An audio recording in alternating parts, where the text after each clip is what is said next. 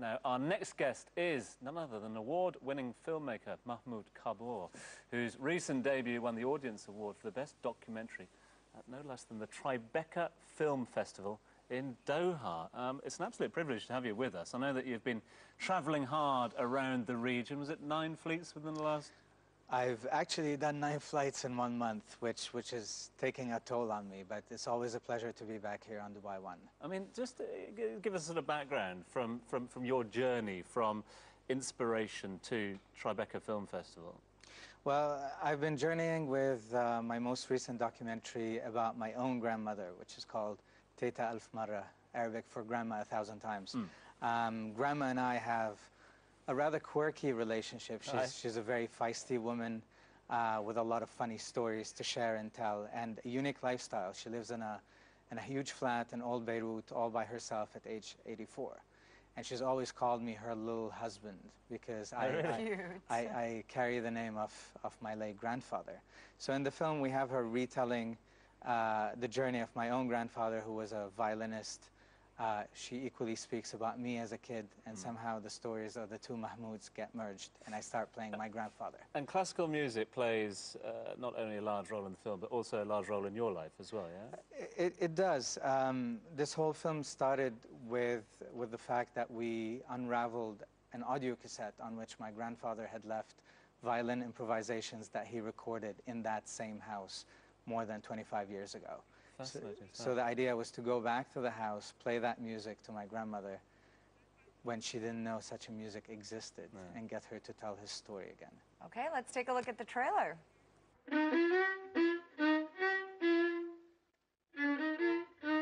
أنا الحجة فاطمة مرته لمحمود الرشيد الله يرحمه.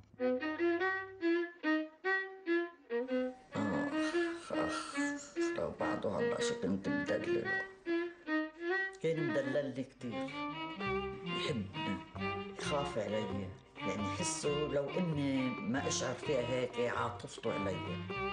جدك يومية بشوفه بالمنام، يومية، لأنه أنا على طول مذكرته ما بنساه. شفت قبره شو صغير وشو منمنام مثله. هيدا أنا بحبه محمود لأنه على اسم جوزي. جوزي الصغير محمود أبو عيون السود. هتخليني اكتب تذكرني بجوزي هلا. يحرق أرضك.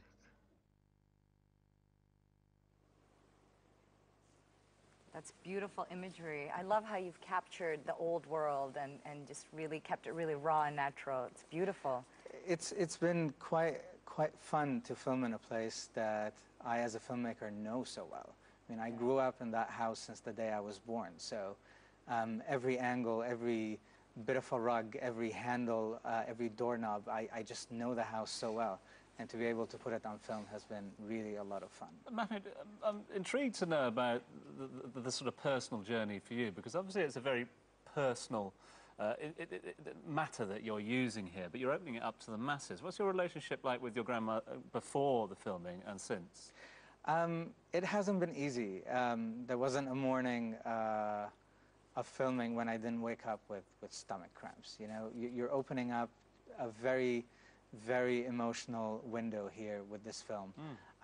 Grandma was quite natural with it because she didn't know the implications of it later. She's a simple woman, she's illiterate, but she's quite sophisticated and she's a street smart person. I think it hit her when we arrived in Doha and walked the red carpet together. Amazing. And she just looked to her right and there were more than 120 cameras taking photos of her, and journalists whom she recognizes, presenters from TV, wanted to talk to her. Oh, what a moment for her. Suddenly she noticed she hadn't been on a plane in more than 20 years up until that point. So it was quite a journey. Was that when she turned to you and said, Mahmoud, what have you done? Exactly. She got a standing ovation after the world premiere, and she got saluted by Yusra, her favorite Egyptian actress. And that was when she kind of understood that she suddenly became a grandmother to many people around the Arab world. Amazing. It is amazing. And your film has been described as magical realism. Can you explain this genre of filmmaking? Sure. Magic realism is something that exists in literature. It's to anyone who's read Gabriel Garcia Marquez. That's the genre. In this film, even though it's a documentary, there are often fantastical elements happening around my grandma.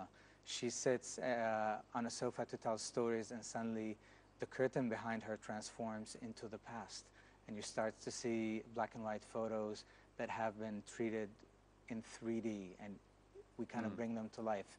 You see me playing my own grandfather with her knowing that I'm her grandson. Yeah. Sometimes in discussion, Grandpa's violin just manifests behind her without any explanation. It's not the way documentary is usually done. There's an inclination in documentary to give you as raw an image as possible. Right. And we've taken the opposite approach, but people still seem to feel that they're getting quite a transparent portrayal of a woman and her life. I mean, we know that you got support along the line from Doha Film Institute, amongst others, the Screen Institute in Beirut as well. But how much of a challenge is it for filmmakers to follow their trade and their vision here in the region? It's still very tough, unfortunately. I mean, I'm one of the lucky ones to have financiers like Screen Institute Beirut and Doha Film Institute come on board at a later stage in my film. But the truth is, I entered this project with my own savings account. And I really hit the bottom of that, and that's when the financiers came in. And then finally, we ended up winning the ultimate cash prize at Doha Tribeca, which is $100,000, presented by Robert de Niro. So in a way, the film, it's paid for now. How was Bobby? Was he all right? Bob was a great man. Hey, Bob now, is it? Wow, look at that. We're buddies. And nothing greater than hearing someone like Robert de Niro say the name of your film off a little bit of a piece of cardboard coming out of an envelope at an award ceremony. It's all been quite wonderful. An accomplishment. And what's coming up next, Mahmoud? Any new projects in the works? Sure. Our next film is here in the UAE. I'm shooting a documentary next summer called The Champ of the Camp, and it's about an X Factor style singing competition that takes place in the UAE's labor camps. Wow. So we're actually going to be following 4 wonderful laborers who build by day and sing by night, and they have a dream of becoming Bollywood singers one day. Well, I'm looking forward to hearing more about that. And where can people go to find out more information? For Teta Alf Marra, you can check our page on Facebook, our feed on Twitter, and all my work is on veritasfilms.ae, which is the company I created to make all these films. Well, long may the success continue, and no doubt we'll be hearing a lot more about your film and future films. And the parties after the red carpets, well, you know, if you need any advice or anything like that, I feel a bit embarrassed that we haven't offered you a hat yet, Mahmoud. Not yet, but I'm going to be in the studio listening to how to cook a wonderful party. It's been an absolute pleasure. Thanks so much for having me. For being with us, and also for your film offering as well. It's been an inspiration to many. Thank you. Now, as you know, it's that time of year when friends and family take advantage of the beautiful weather here in Dubai and come and visit for the holidays.